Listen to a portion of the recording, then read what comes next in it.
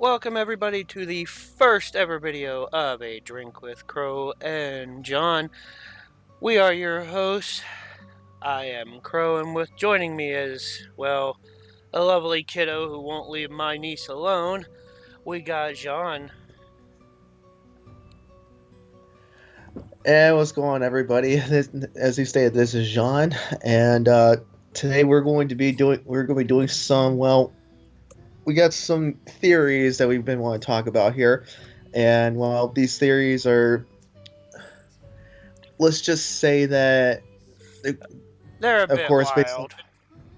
right, they're gonna be kind of bit on the crazy side, and we just both want to let you guys know right now that these will be theories on the characters from RWBY, and just to let you know we do not have any connection to Rooster Teeth at all, and that we know nothing about what's going on, in the future of it. We don't know anything. This is just our personal opinions on everything, and of course, and just the way we both are, there'll probably be some strong adult language in here. So if anybody's offended by it, then click away from the video now. But Just those get of you the who don't, fuck out if you don't care about strong language.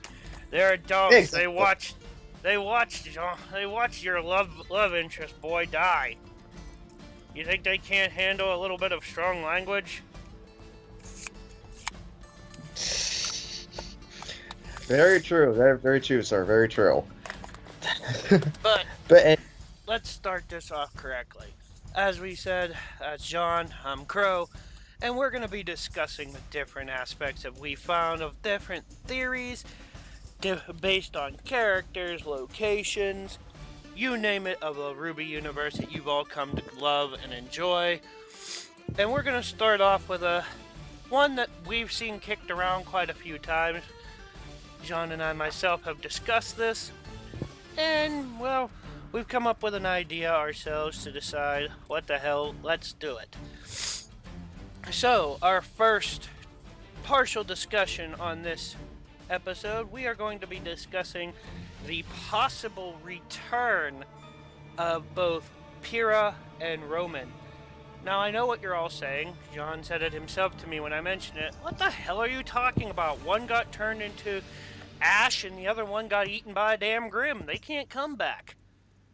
Well, my friends, if you've watched up in Volume 5, you'll see that, well, as we were kind of surprised, that it can't be the end. We saw with Cinder the partial animation, if you will, of being part Grim. Correct, Jaune? yeah, that is correct. I just couldn't help but watching this, and when it came to that fight with Cinder versus Raven, and after after the whole entire thing ended, and here comes Yang with the relic of knowledge, if I remember correctly, and next thing you know, everybody's just looking at her. It's like, what in the blue hell is this? And Yang just hands it right off to Qrow, and suddenly there was something there I did not quite notice that Qrow had himself pointed out to me, that apparently there was a glow in the relic, and because I sure as hell didn't notice it at first, that apparently part of it was glowing red. And Qrow, you take it away, sir. Yeah, I noticed it on the second watch through I was watching of the episode. When it is stated that they have to get it to Atlas, it focuses in on the relic, and in one of, I don't know what you would call them, the lines inside the lamp turned red and seemed to glow a little brighter than the rest as it faded to black.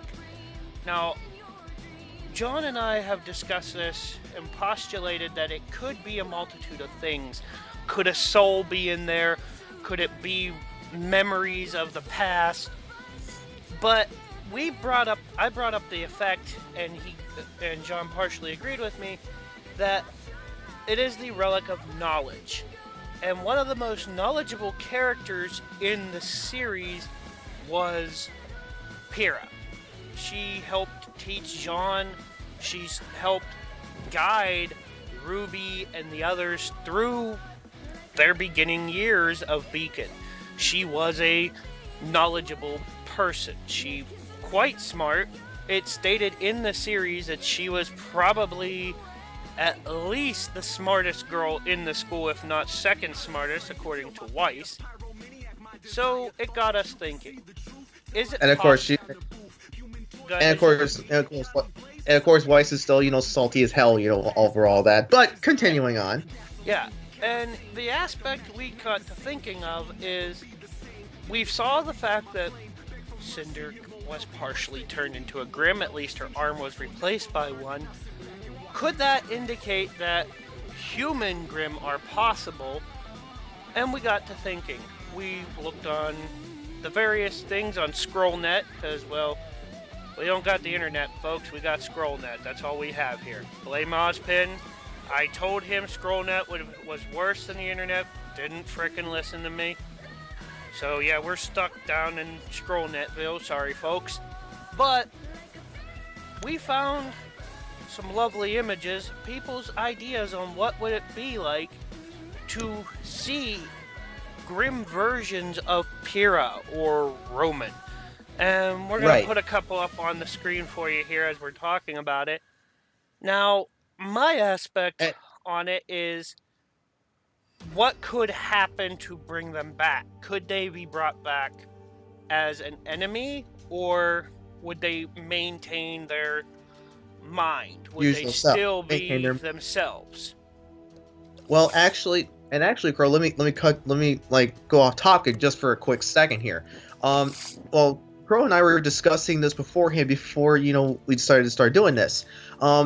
If anybody who's watching and listening here, anybody's watching this, if we're during this discussion here, if anybody has any thoughts or comments on any of this that we happen to miss during the video, then please let us know in the comments down below. We'll be more than happy to take a look. And if it's something that it's definitely it's worth, if it's definitely something that we haven't went over our heads or we missed, then we could possibly bring this up and then give you a shout out in a future video. Anyways, Qrow, continuing on. Yeah, we discussed various aspects of it, and I've at least come up with a belief that yes, it's possible, and I pointed it out to John of something that Raven said. She has saw real magic. She's seen it, saw people come back from the dead. Now, a lot of people we seen after she said that state, she's referring to the fact of Ozpin. He's come back. Well, that's the thing. He actually did not come back from the dead. I pointed that out to Jean, that yeah, he technically reincarnates, but he's not actually coming back from the dead. His soul is just transferring, meaning he's not actually dead. No, he still exists, but more so as what's the word I'm looking for? He's a ghost in the machine, effectively. He can He can be, you can kill that body, but you're not actually killing him. Exactly. He's more like in a way, a parasite that just kind of finds a host, but yet this one is not deadly. This one's more lines of help, like becomes part of the host and helps the host become stronger in a way. Yeah, like John said, he's effectively a bit of a not parasite, but he's a helpful amoeba. He latches onto you, and you eventually will become him. You'll merge with him, but he hasn't died. Which brings us back to the aspect of we have seen at least 3 people die in the series that we know of. Yes, we can say, we know all of Ren's parents were turned into Grimchow, and probably quite a few died during the fall of Beacon, but we didn't fully see them die. We did. We did bear witness to Pyrrha getting bonfired.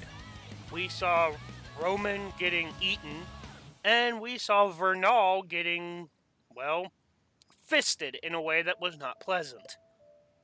Right, and there's also another character in mind that Qrow brought up a little bit ago, and there's one character who, you know, we only saw them flying, but we never saw what happened, and that would be Neo. Yeah, And Neo Crow's is a very wide topic we can touch on, and we're going to touch on her as we go on with this as well.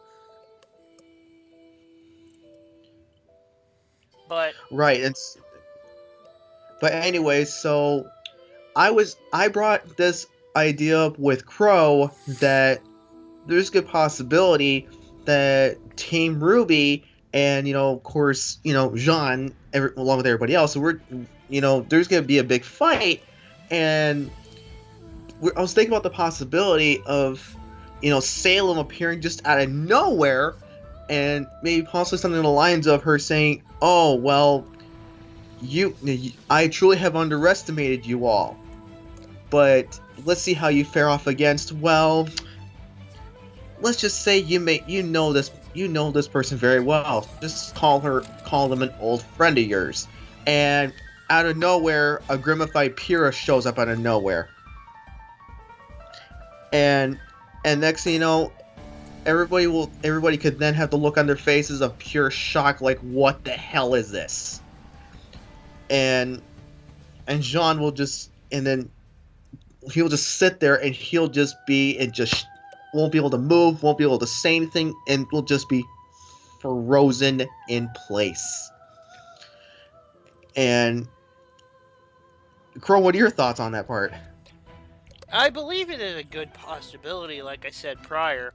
But my aspect that I pointed out is if Salem did do something like that, I could not see her doing it near the end or anything like that. Possibly something in the future of like Volume 6 or even 7, Right. if she would do something like that. Bringing Pyrrha back as a Grimm and even Roman, to a certain extent, to be antagonists towards Team Ranger and Team RWBY, of the effect of, well, they're now having to face either an old enemy that's been supercharged or an ally that has been turned against them. And that brings us Right. up to the aspect of, would they be able to truly fight them?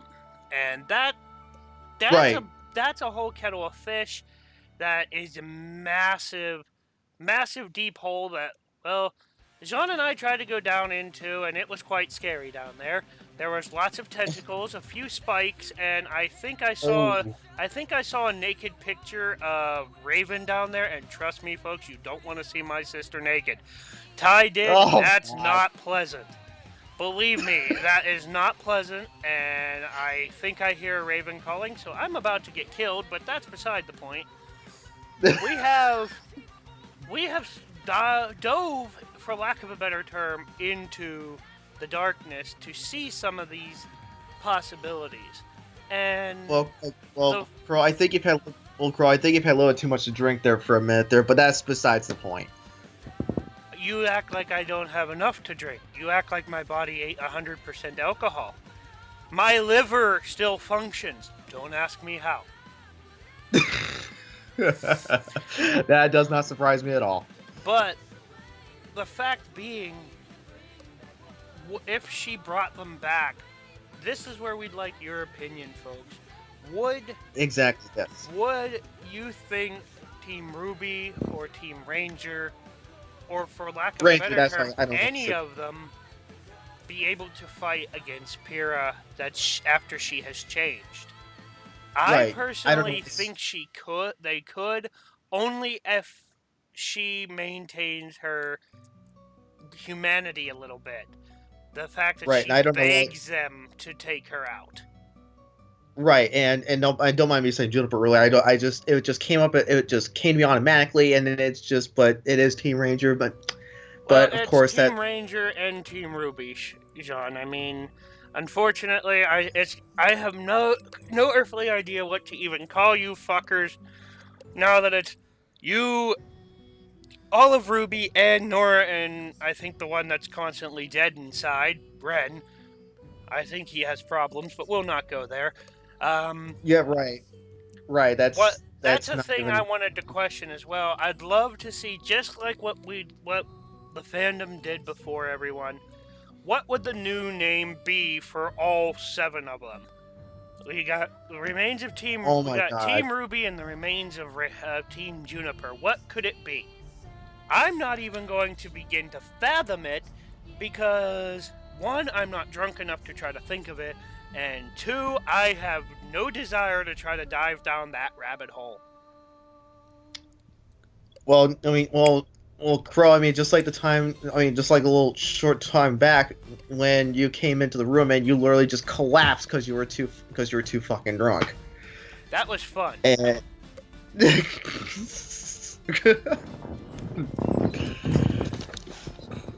but but anyway, so that just comes to that just raises a lot of questions, and like it's like what Crow just said, guys. I mean, if there's anything we're missing here, just give us your thoughts on this. We want to see what we're missing. What other theories, what other possibilities there are.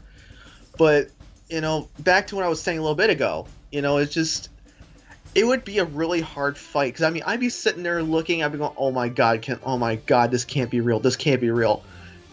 There'd probably be tears going down my eyes like a bitch, and it could possibly lead to where Pyrrha pretty much damn near overpowers everybody. And the reason why I say damn near is because everybody's still gonna be fighting their hardest, but then something could possibly happen where, in my personal opinion, where we're gonna be Pyrrha versus Weiss in a big fight, because everybody else is they're still trying to recover from like some kind of, like, say Pyrrha, like Grimfight Pyrrha lets off a big kind of aura like attack or something. I can't really think about it right now. I'm just too many emotions going through me. But besides the point, so Pyrrha would then be damn near on the verge of killing Weiss, but I'd be standing there like, oh my god, Pyrrha's been there for me all this time, but I can't let anything happen to Weiss. So, and I'd be left with a big time, a shitty decision I'd have to make, and it would just be like, oh my god.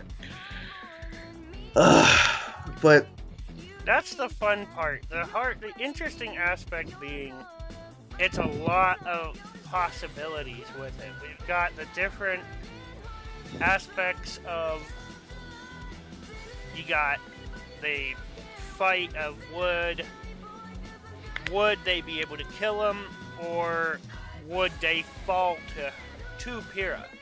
And the other theory to touch base on that we have seen already, and I pointed it out to Jaune, is the fact being that a lot of people believe, and it's kind of weird to us, but I kind of understand it a little bit, that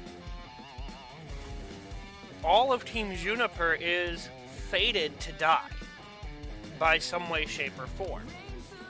And if that's the case, oh, don't remind me. it would be a very interesting aspect of, could it be that with Pyrrha possibly being brought back, would she be the one to cause the final fall of Juniper?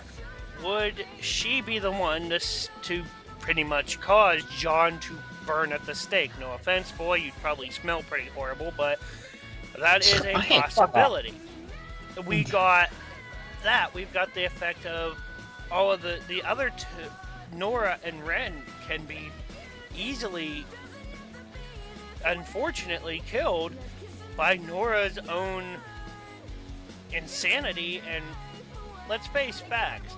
If Nora died, do you really, really freaking think that Ren is going to not try to off himself by going all out and wanting to be killed? Yeah, I mean, you do it. I mean, the more I think about that, yeah, it could be a very high possibility, because with everything that Nora and Ren have been through, those two are like inseparable. Like, you cannot like to separate those two would be to basically tear apart a pair of handcuffs. It's just not possible. And just if something happens, and Qrow, you brought this up to me before.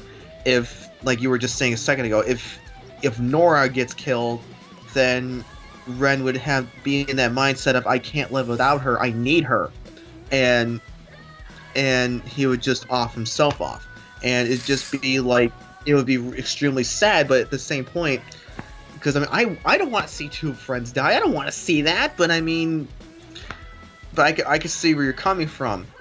But at the same token, getting back to Pura for a minute there, there's a possibility that, like I was saying with the very tough decision, I could possibly, as much I wouldn't want to do it, but I want to show everybody that I can be a true leader, and with how much I've grown, and I would do the unthinkable, and I would strike Pyrrha down, and the next somehow she then comes back to her senses, and mind you, Weiss would just be staring, like she'd be like, what am I looking at here?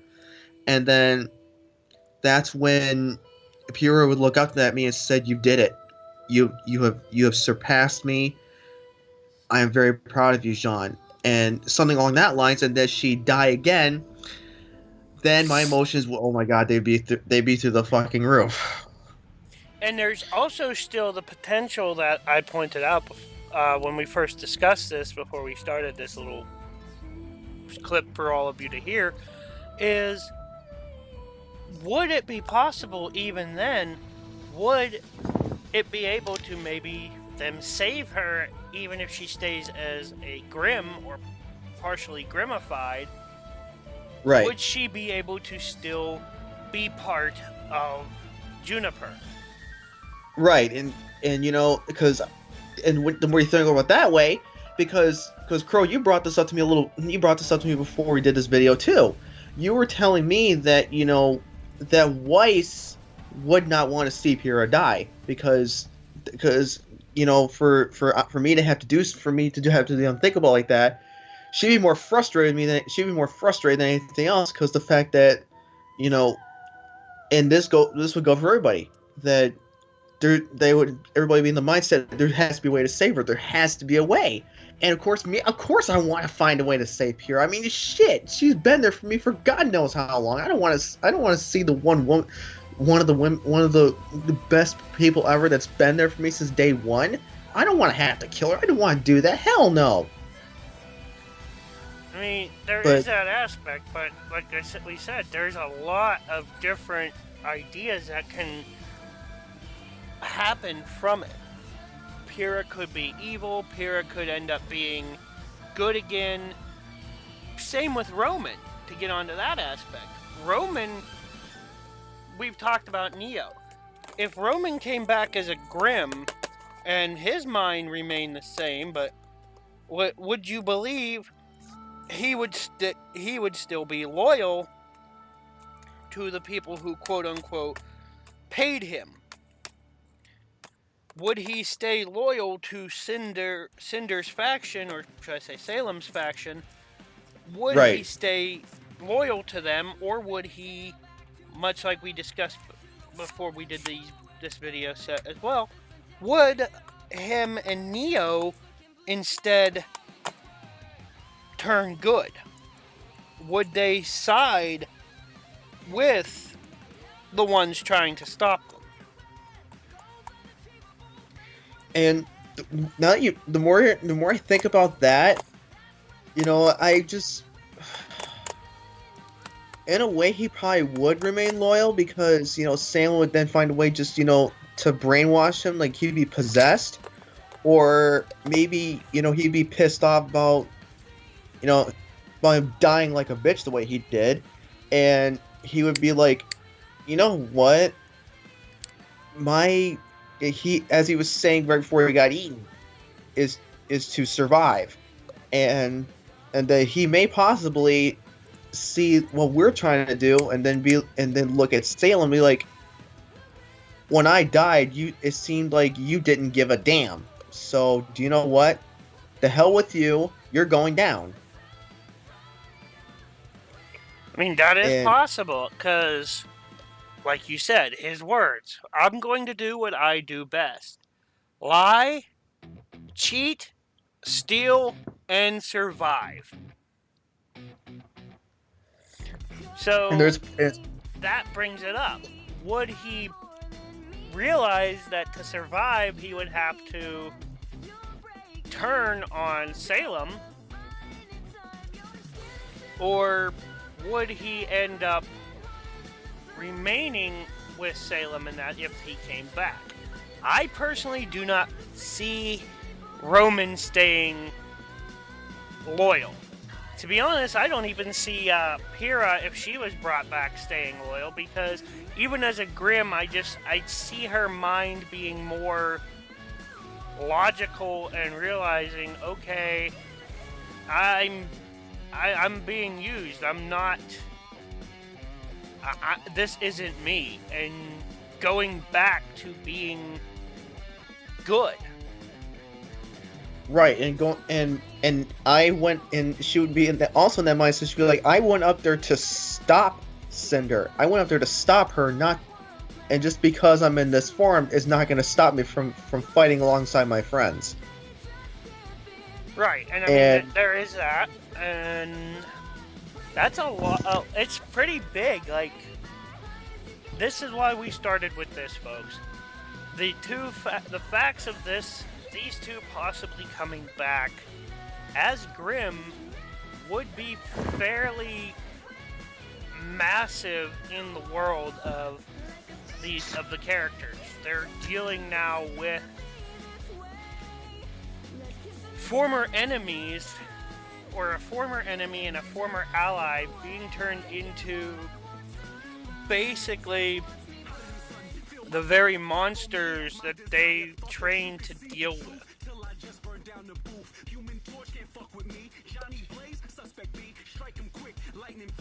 right, and it would just be like there's those questions that with the, like, of course we've done some research as well. We've seen the rumor, that there's a possibility of this stuff happening, or could this happen?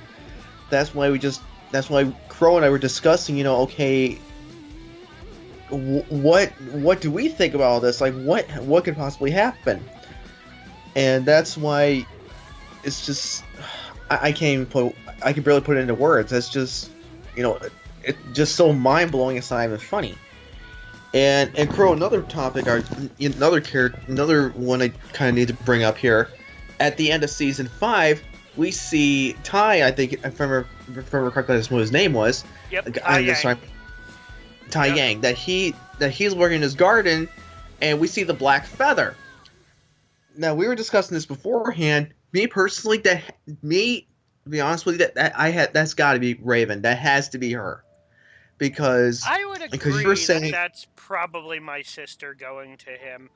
I mean, it's a lot to take in with those two. I mean, the normal effect that every season ends with a cliffhanger that is going to be a cliffhanger. It uses the ending of the volume to give us an idea. The only idea we got from that is, could Raven have gone back to Ty after her little sad, tearful breakdown with Yang? right, and especially when Yang went to see her, demanding that she take her to like create open that portal to RWBY, or excuse me, bro, so she can go see RWBY, or the portal to go see you. And the next thing you know, that's when at the end of it, Raven goes, don't expect me to be nice to you. Don't expect me to be so kind the next time that we meet. And Yang turns around, looks back at her, and goes like, "Were you this time?" Yeah, I mean, there is that aspect of with that, but it's kind of humorous in the effect of people are talking, and I had a discussion with a couple recently. Is it possible that Raven has now had a change of heart? Could it be that seeing Yang being willing to stand up, seeing our little firecracker wanting to stand up and not run away, could it be that was the final straw to push Raven to want to fight again? Right, and and especially with that Raven had a little bit in common with Blake. And the reason why I say this is because Blake at first was running away from her problems. She was running away. She kept running away, and then finally it took her friend Sun to look at her and say, "Hey, we want you around," and that's how Blake came back. But with Raven, however, Qrow, as you were telling me, you know your sister better than we all do. That apparently that Raven feels so guilty because she doesn't want you or anybody else involved in this war, in this matter, and knowing the fact that Yang pretty much looked at her and said, "I'm gonna fight," and when Raven said, Salem is going to come for you. And Yang is like, well, knowing that you're the Spring Maiden, she's going to come for you. But I will be waiting. And that's that. And you were telling me that could possibly been the final dagger in the heart. Yeah, it could very well have been. I mean, my sister, Raven, has always had a bit of a wild horse personality. She's a grump. I should know I've been on the receiving end of her foot to my balls quite a few times during our time as a team, but she did used to care deeply about all of us. And I don't think that really left her. She just had to start putting on the act of a bitch. Well, see, here's the thing, Qrow. If Raven did not give a shit about you guys, would she really have? Because with her skills, she could pretty much kill anybody. Yeah, she thinks she can, boy. She still got a way to go. I'm just saying. But actually, if you excuse for just a brief minute here, I gotta go to the little Knight's room, so just a quick second here.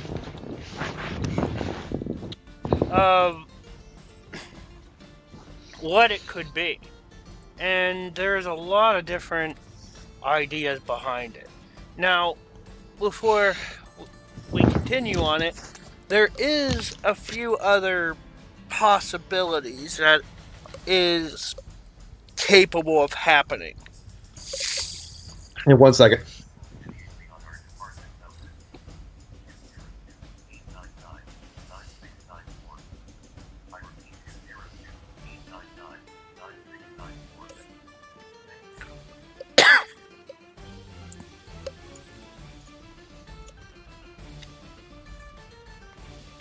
Just a bullshit voicemail. It's typical for you guys and your scrolls, always using all the stupid sex line chats, but, well... Oh, shut the hell up. We'll go over one couple more things here before we conclude this first video for us. We did say we were going to discuss Neo, and that's going to be what we're going to end on, is our discussion on what could have happened to Neo. Now, everybody seems to love the little murder ice cream. I do. I know Jaune does. We all have a liking for her. In some way, shape, or form. I mean, I know we're supposed to fight her and everything, but you can't help it. She's pretty awesome. I have to admit she's awesome. She's adorable and crazy in a special kind of way. Now, the last we saw of the lovable little mute, she was basically Mary Poppinsing away from Roman getting eaten. Right, but I mean, but of course we can't forget how that happened. Because she was fighting RWBY, and RWBY just happened to have been able to open up the umbrella so that she would go flying. Right. Now, here's the thing. I showed Jaune this as well. There is a lovely clip of Rooster Teeth, and somebody asked them about what would be happening to Neo? What happened to her? Will we see her again? And the response we got was, well, she has a voice actress, meaning we're probably going to hear Neo speak in the future, which will be awesome, I think. And that's a whole nother discussion we'll save for a later time on, do we think she's going to be voiced by so-and-so or whatnot. But Exactly, they yes. said pretty much that she is not dead. That Neo is not dead. And we should expect to see her sometime in the future. Now, personally, I think we'll probably see her here at the beginning of Volume 6. Because they're in Mistral. They're in the Den of the Thieves and the Black Market. And with Neo having had connections with Roman, she's likely going to feel safe there. So the possibility of us seeing her for this comes into effect. Are we going to see Neo showing up at the beginning of Volume 6 or sometime during Volume 6 and wanting to go with the remains of Juniper and Team RWBY after Salem and them for letting, like we said before, Roman get eaten and pretty much abandoning her? Is she going to stay with them? I do not believe so. Yeah, I don't think so either, because because just like Nora and Ren, Roman and Neo were damn near inseparable, almost. Yeah, they pretty much were like a father-daughter. Yeah, because when Roman was, imprisoned, and Neo got him out of there, he pretty much said, "Well, it took you long enough." Yeah, he and her have a very close-knit somehow. We're not 100% sure from it, but we do know that they are very, very close.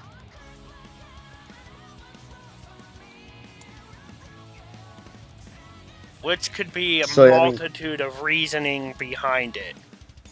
Neo was saved by Roman, yada yada yada. Right, and but one more little tiny thing I want to add real quick is, like, in one of the pictures that I saw, which I'm pretty sure everybody's already seen in the video, of when Roman, because if Roman came back as a grin, that he could possibly look at RWBY, he's like, "So, Red, did you miss me?" That would be one hell of a thing to happen, I'm not even gonna lie. Yeah, seeing him come back to taunt RWBY would be pretty awesome, because we know fairly well that Roman and RWBY, it was a growing thing for her. She had to learn and grow dealing with Roman and his, well, evilness. She had to become stronger to combat with him and fight back against what he was. Right. Now, I can see him showing up and taunting her, going, "You could have saved me, Red, and look what you let happen to me." I could see him doing something like that just to fuck with her head more. Right, yeah, I can honestly see that too. But yeah, guys, everyone, it's just like we were saying, just like if there's anything in this video that we didn't cover, or if there's possibility, like if you have any thoughts on anything, just let us know, and we'll definitely take a look at it. And hell, if we find a good comment, we'll probably give you a shout out in a future video. Yeah, and like I said before, don't hesitate to send us any questions, any comments, anything. You can even say we suck, we don't care.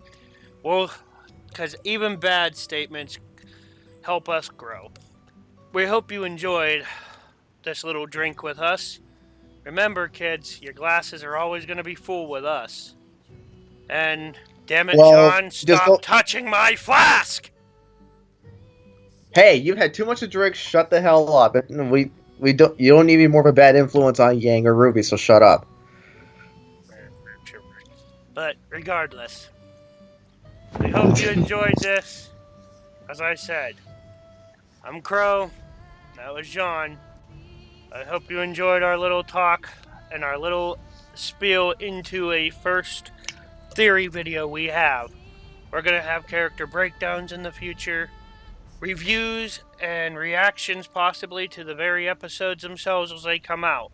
So, Oh, and not to, oh, and actually, Crow. Before we sign off, there was another thing. There's a couple more theories that we forgot to mention, but we can always we can always do another video about that, which will be in the future. well, of There's a couple course. characters, right? So I mean, so anyways, like he was saying, so well, guys, like this is Jaune and Crow, and we really hope that you enjoyed it, and let us know what you think in the comments below. And like I said, and I can't stress this enough, if there's something that if you guys have any opinions, or if there's something we didn't cover in the video, then just let us know. We'll definitely look into it. Yep. Well, we're willing to listen to you guys and take in any information that you might have that we might have missed. And we'll see you all next time.